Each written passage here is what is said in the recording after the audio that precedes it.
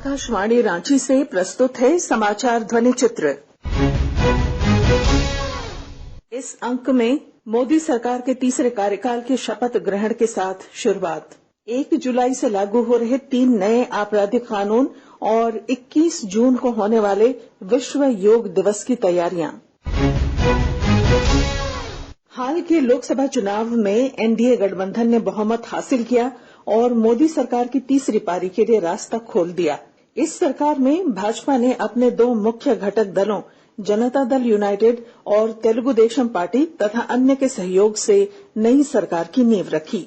9 जून को राष्ट्रपति द्रौपदी मुर्मू ने प्रधानमंत्री नरेंद्र मोदी को शपथ दिलाई। श्री नरेंद्र मोदी ने तीसरी बार देश के प्रधानमंत्री के रूप में शपथ ली।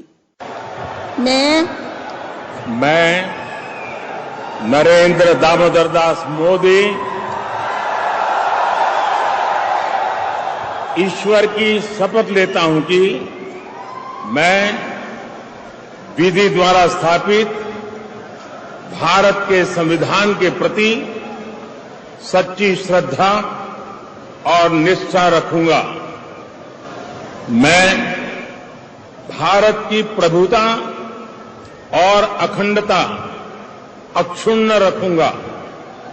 मैं संघ के प्रधानमंत्री के रूप में अपने कर्तव्यों का श्रद्धापूर्वक और शुद्ध अंतःकरण से निर्वहन करूंगा तथा मैं भय या पक्षपात, अनुराग या द्वेष के बिना सभी प्रकार के लोगों के प्रति संविधान और विधि के अनुसार न्याय करूंगा।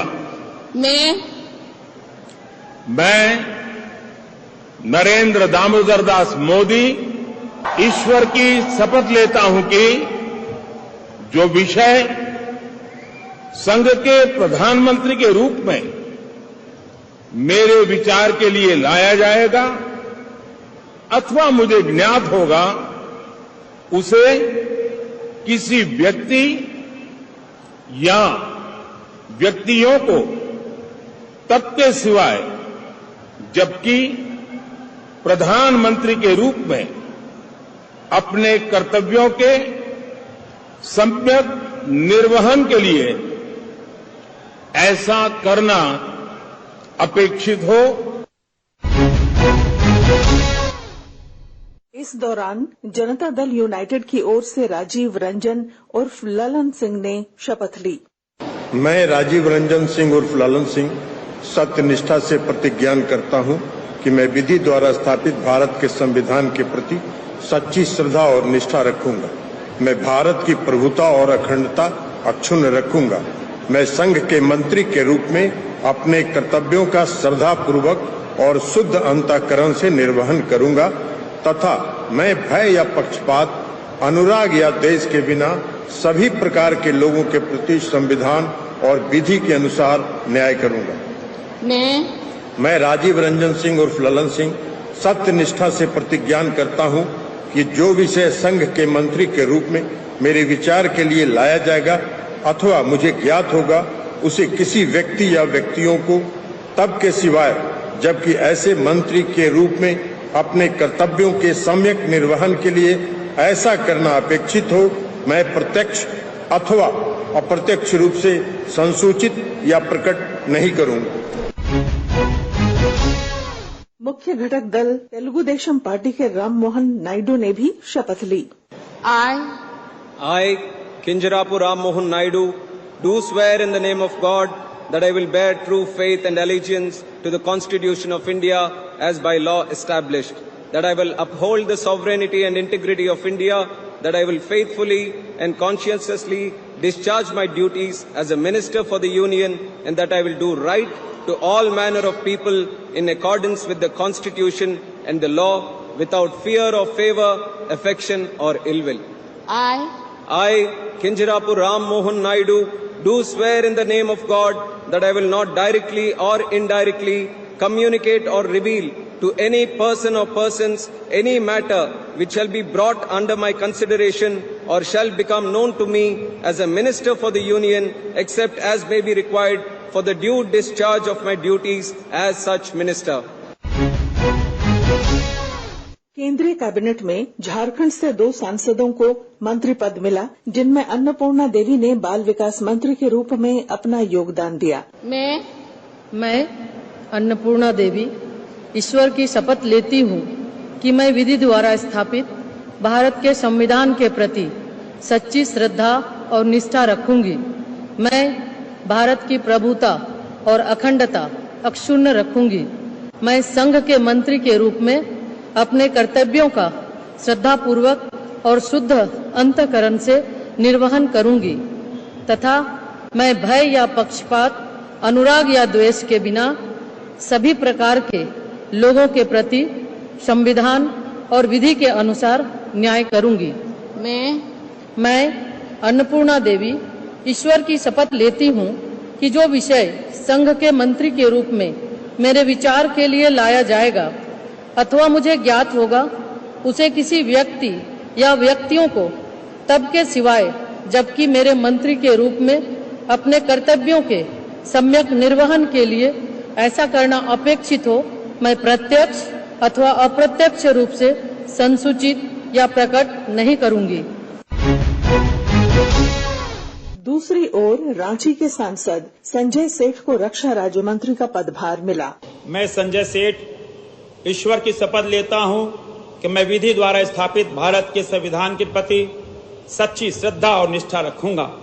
मैं भारत की प्रभुता और अखंडता को अक्षुण्ण रखूंगा। मैं संघ के राज्य मंत्री के रूप में अपने कर्तव्यों का श्रद्धापूर्वक और शुद्ध अंतःकरण से निर्वहन करूंगा तथा मैं भय या पक्षपात, अनुराग या द्वेष के बिना सभी प्रकार के लोगों के प्रति संविधान और विधि के अनुसार न्याय करूंगा।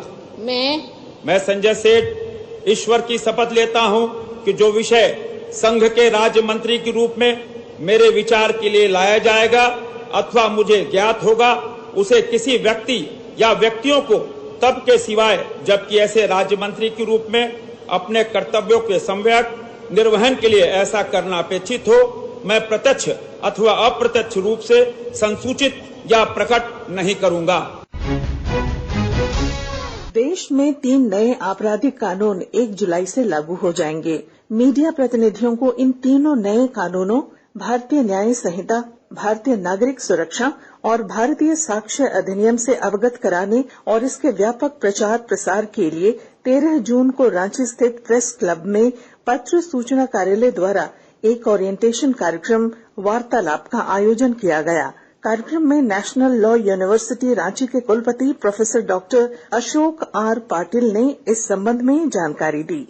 इसमें जस्टिस को कंसंट्रेट किया है एंड इसमें बहुत चेंजेस आया है। एक टाइमलाइन दिया है पुलिस डिपार्टमेंट को और कोर्ट को, उतने पर्टिकुलर टाइम में वो खत्म करना है। और ये लेटेस्ट टेक्नोलॉजी आ रहा है, टेक्नोलॉजी के यूज कर रहे हैं जस्टिस में। अभी ईमेल का और डिजिटल का सब कुछ रिकॉग्नाइज हुआ है ये तीनों लेजिस्लेशन में।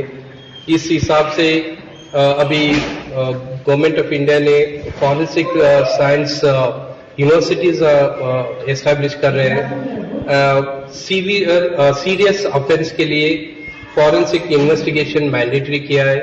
अभी फॉरेंसिक इन्वेस्टिगेशन अच्छा सा हो गया तो ये कन्विक्शन रेट इंक्रीज होगा, इसलिए ये वेरी वेरी इम्पोर्टेंट है। अभी challenge before the states are whatever legislations are mentioned, वो फॉरेंसिक साइंस लैब होगा, कुछ और होगा। अभी स्टेट गवर्नमेंट को वो इंफ्रास्ट्रक्चर देना होगा एंड ह्यूमन रिसोर्स देना होगा, तभी ये ऑब्जेक्ट ऑफ ये 3 लेजिस्लेशन का ऑब्जेक्ट है वो अचीव होगा। सर ये टाइम लिमिट होगा क्या जस्टिस के? वो सब वो लिमिट में मेंशन किया है, टाइम लिमिट सब कुछ मेंशन किया है। सो वो complete details will be dealt by our colleagues. अभी तक हम लोग पुलिस ट्रेनिंग इंस्टीट्यूशन में जा रहे हैं, मेरा कलीग्स जा रहे हैं, वो are expert in criminal law, वहां जा रहे हैं। और forest department, wherever these criminal laws are connected to different departments, अभी पुलिस डिपार्टमेंट को जा रहे हैं, फॉरेस्ट डिपार्टमेंट को जा रहे हैं, और income tax department, so lot of departments are interlinked. So all the departments, our faculties are going and giving training, and still we have planned many training programs in future. Future में भी हमारा colleagues, हमारा university इसके ऊपर concentrate करके effective implementation के लिए Jharkhand state को all the concerned officer को training देके ये 3 legislation का क्या object है हम लोग अचीव करेंगे effectively. Thank you very much.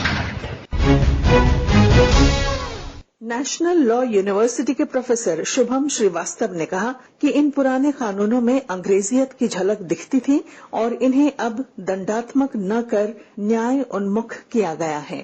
हमारे देश में 3 कानून चल रहे थे फिलहाल जो क्रिमिनल लॉ के दायरे में रखते हैं इसको. हमारा भारतीय दंड संहिता, आईपीसी इसको बोलते हैं, सीआरपीसी और एविडेंस एक्ट, ये अंग्रेजों द्वारा बनाए गए थे. इनमें बहुत जगहों पे अगर आप देखेंगे तो अंग्रेजियत की झलक, जैसे कि यूनाइटेड किंगडम का जिक्र था, या लंदन गजट का जिक्र था, या आपको क्वीन और क्राउन का जिक्र किया गया था. तो इन सब जगहों से जो है इन चीजों को हटाया गया है और हमारे जो इंडियन पार्लियामेंट है या स्टेट लेजिस्लेचर है इसका यूज किया गया है. एक बात. दूसरी बात आप देखेंगे जो एक अहम बदलाव इसमें आया है कि ये कानून जो है दंड की बजाय न्याय की तरफ अग्रसर है. कि आप देखें अगर तो भारतीय दंड संहिता नाम अंग्रेजों ने दिया था 1860 के बनाने के बाद, अभी है भारतीय न्याय संहिता, जिसका उद्देश्य है कि हमको न्याय करना है, ना कि सिर्फ दंड देना है. और अहम बदलाव इसके अंदर ये है कि जो दंड दिए गए थे उनमें एक अहम बदलाव ये है कि कम्युनिटी सर्विस को जोड़ा गया है.